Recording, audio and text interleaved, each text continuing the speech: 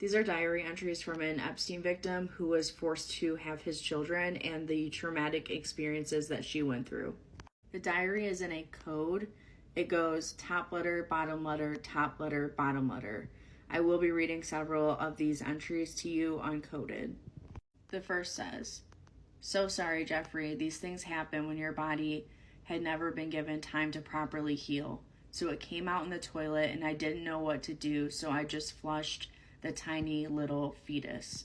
You have made me numb and I hate you for this. I hope I never have to see you again. I am not your personal incubator. Where is the baby? Where is Ghislaine?" The second reads, "Tomorrow is the halfway ultrasound for Jeffrey. This one stuck. After they took the first baby who survived and the early miscarriage, I think it was called, I no longer feel like a person, but a vessel. Will they take this one too? Who has the first one? Where did Ghislaine go? She is never around. I can't let myself get attached. I am not old or mature enough or even in the place to have a baby that I would be responsible for. I am not even able to focus on anything other than hiding this again. I had to go to ED treatment prior to being in this situation again and missed the entire fall semester of school. I am so very exhausted. My body feels so tired. Will I ever be free?" The third one says, "I am such a monster. I didn't console her. I can't unhear her screams. They haunt me. I couldn't even bring myself to look at her. I am a monster. I deserve to be haunted by her screams.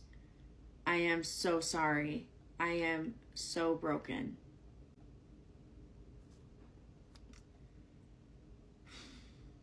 There are more diary entries, and I'll be posting them in parts because they are very difficult to read.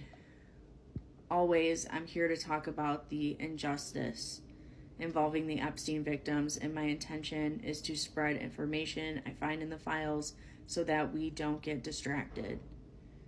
I go down rabbit holes, so you don't have to. Please consider following me. These victims deserve justice. What she went through, she deserves justice. So I've said it before, and I'll say it again.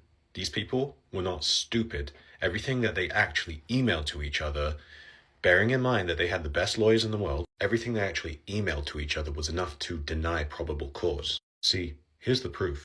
Someone writes to Jeffrey, "I'm trying to get a friend out of prison in Syria. You don't happen to know anyone with influence over Assad, do you?" He says, "Not for email. You described your plans for BXP, not for email. Let's talk in Wargame, not for email. Has a question, not for email. Worse than bad, not for email. Destroy this communication and copies thereof, including all attachments." You can actually go on the DOJ website and type in the words "not for email." There's a lot of these. See, Epstein knew when to avoid having it documented. In fact, if you've ever dealt with anyone in intelligence or who works at any three-letter agency, then you would know they use a pen and a notepad. Even today, they don't risk making anything digital. Yo, what's up guys? I'm Ari Oscar back at it. It's been too long since I posted on here. I know. And I take full responsibility for that. I've been busy with a lot of stuff. And I guess I'll have to put in more effort into consistently posting on here. So expect that moving forward. Consistency. Yeah, as you've seen, we're talking about the Epstein files today. A lot of people have digressed from this topic because of the USA Iran-Israel war. But yeah, we're talking about it. We're going to watch a few more videos before I tell you what I think. Like, subscribe, share, leave your comments down below. Don't forget to leave your comments down below. Let me know what you think. Let the people know what you think. Yeah, so let's watch the videos. Let's watch the videos.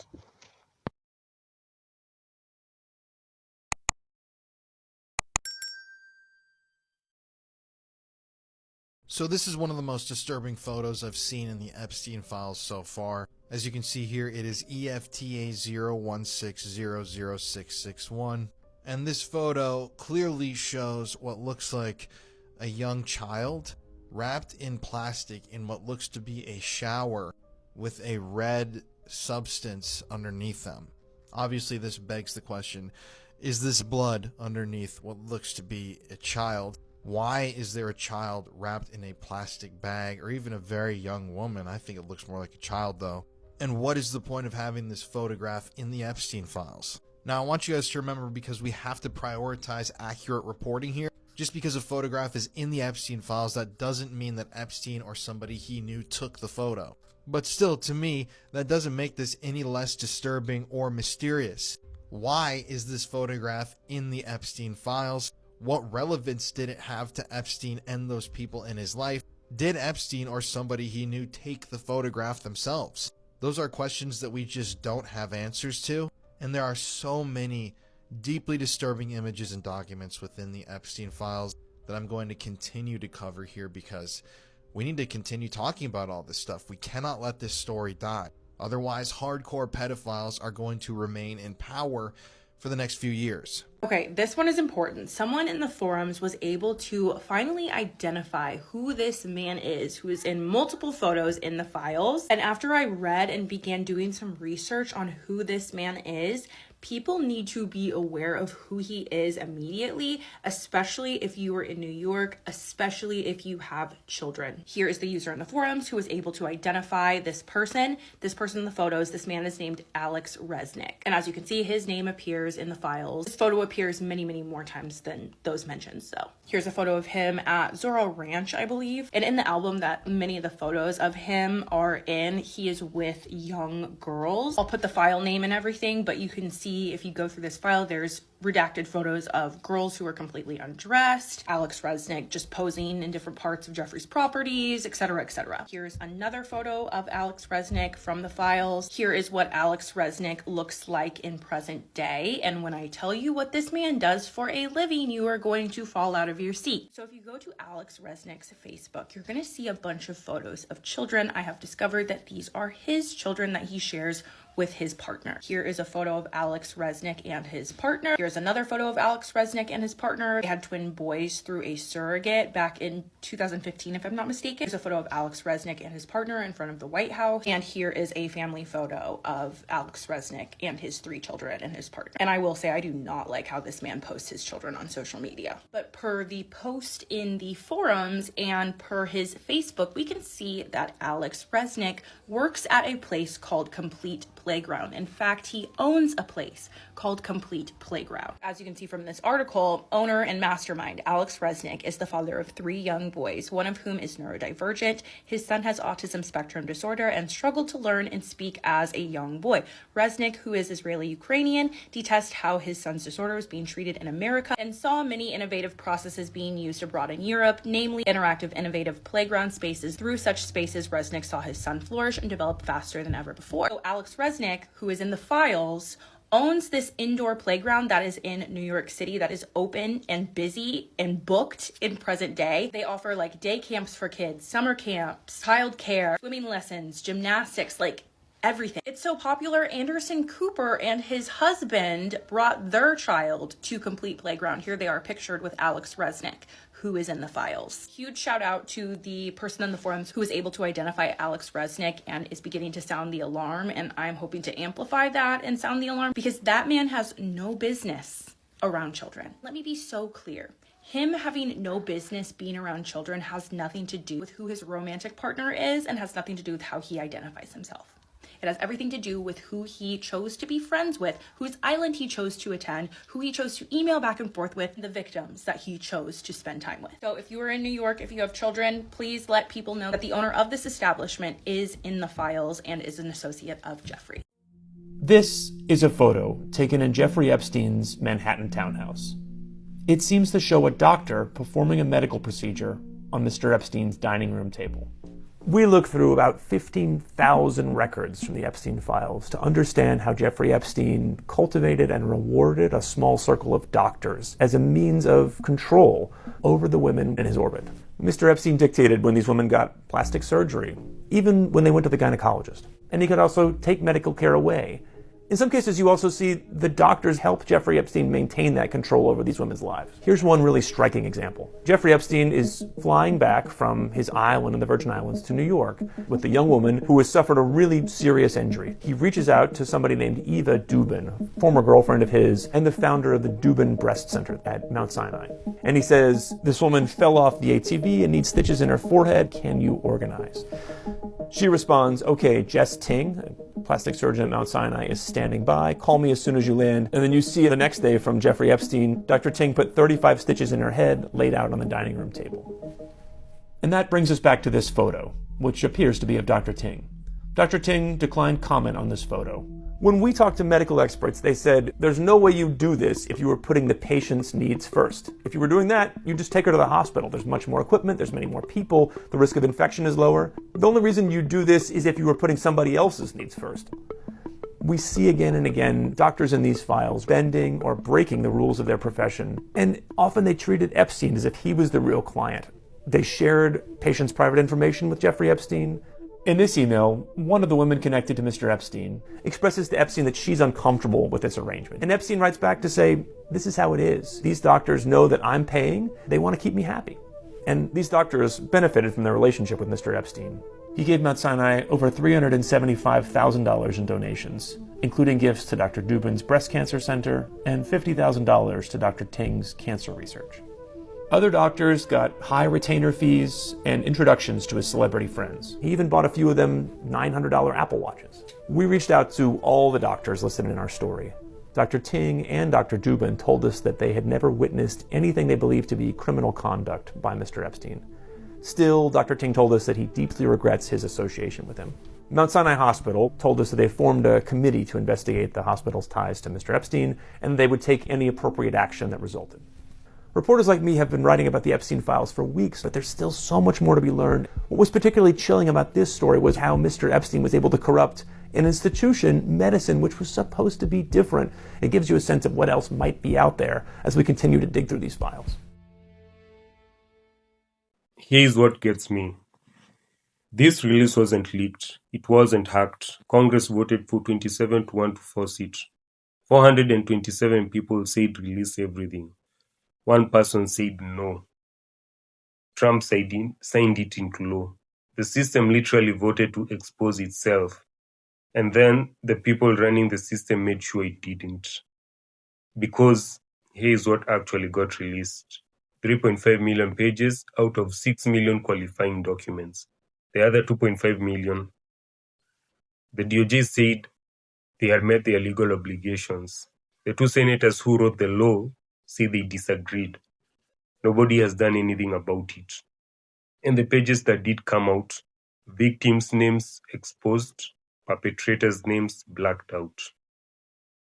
Victims' names exposed, perpetrators' names blacked out. Here's the part where regular people need to pay attention to, because this is not just a story about rich people and private islands. Peter Mandelson, if that name means nothing to you, he was one of the most powerful political figures in Britain for 30 years. He was literally called the Prince of Darkness by his own party. Tony Blair, Gordon Brown, he ran all of it from behind the scenes. And in 2025, Keir Starmer, the current British Prime Minister, appointed him as UK ambassador to the United States. The Epstein files dropped. Mandelson's name was all over them. Emails calling Epstein my best pal. Suggestions he may have shared British government trade documents with a convicted sex offender. He was sacked from the ambassadorship. He resigned from the Labour Party, resigned from the House of Lords. He was arrested. The British ambassador to the United States was also arrested. And barely anyone outside of the UK is talking about it. Virginia Giuffre. And y'all, please forgive my mispronunciation of words. If I mispronunciate any word, my apologies. So we've got Virginia Giuffre, spent years telling the world what happened to her. She took on a prince in court. She put her face to a story that powerful people tried to bury for decades. She died by suicide in 2025. She did not live one day to see any of this. The files came out, her memoir was in there, her testimony, her name. And her brother went on CBS and said they exposed the names of at least 31 people who were abused as children. Intimate details in public documents without consent, while the names of the men who had them stayed inside a black rectangle. That is what accountability looks like in 2026. The victims get named, the powerful people get protected. And the document you need to read it all is sitting on a government website where the redactions come off with a copy and paste. I hope you all have heard that news. If you copy and paste the black rectangle, it displays the words are not deleted, so it displays the words behind it. The theory that makes the most people uncomfortable is this one. Multiple investigators, journalists, and now a sitting US congresswoman have raised the question of whether Epstein was an intelligence asset, not a theory, a genuine open question being asked by people with clearance. Was he gathering blackmail material on behalf of someone? Israel, the CIA, someone else? No, the CIA has not denied having information related to Epstein. They just haven't answered. And then there are the missing pages that are catalogued in the database with serial numbers before and after them that simply do not exist in the public release. A gap in the numbers. NPR published that investigations in February. NPR published that investigation in February. The DOJ declined to comment. If there is nothing there, tell us what is there then. That is literally all anyone is asking. My honest thoughts on all of this is we've been talking about Jeffrey Epstein since 2019, since he died in a cell with 2 broken guards, malfunctioning cameras, and a medical examiner's report that one of the most prominent forensic pathologists in the country publicly disputed. 6 years later, we have 3.5 million pages, and we still do not have a straight answer on a single fundamental question. We do not know who he was working for. We do not know who gave the orders. We do not know what is in the missing 2.5 million pages. We do not know how he died. We do not know why the guards were asleep. We do not know why the cameras broke. We do not know why one of the most high-profile prisoners in America was on suicide watch and then taken off it. What we do know is that a 427-1 vote to release everything still produced the cover-up. And that is the most disturbing number in this entire story. Not the flight logs, not the wire transfers, not the names. The fact that everyone agreed to release it and it still didn't come out. Don't you all find that weird? Anyway, comment what you think is actually going on. I genuinely want to know what you believe. Another thing about the Epstein files is that it's worth being mentioned that once you see something, you can't unsee it. Once you hear something, you can't unhear it. Once you're made aware of something, it always lives with you. Back in 2019, I went down a deep rabbit hole. All of you Pizzagate people know about it, even the Wayfair stuff. When you go down that deep rabbit hole, you understand that it only gets darker and darker and darker. It's like a black hole collapsing in on itself. I came to a point where I was completely defeated and hopeless. I felt powerless. What is it that I can do? One way that those things changed me, that I regret deeply, is I became desensitized. And I don't want to remain in a place where things that are objectively horrifying don't faze me. We should always be sensitive. I understand your desire to be informed, but you cannot consume just anything and expect it to not change you. I'll also say that I'm discerning a spirit of chaos is being unleashed through media right now. Through social media, through legacy media, chaos. It's headline after headline after headline. It feels impossible to keep up with it all, and you're not meant to. We're not meant to know the deepest, darkest evils. You don't have control over what's happening in the world, but you do have control over what's happening in your home. Even if chaos is going on outside in the world, chaos doesn't have to enter our home. If the Epstein files are not a part of your calling and your mission, you are not obligated to consume them. In fact, it's wise not to. Keep at the forefront what God has placed you on this earth to do, and keep doing it. That's how we change the world. Yeah, so thank you for tuning in. Thank you for watching the video. That's it for today. It means a lot. Don't forget to like, hit the magic button, subscribe, and share the video, and also comment down below. I'll see you in the next one.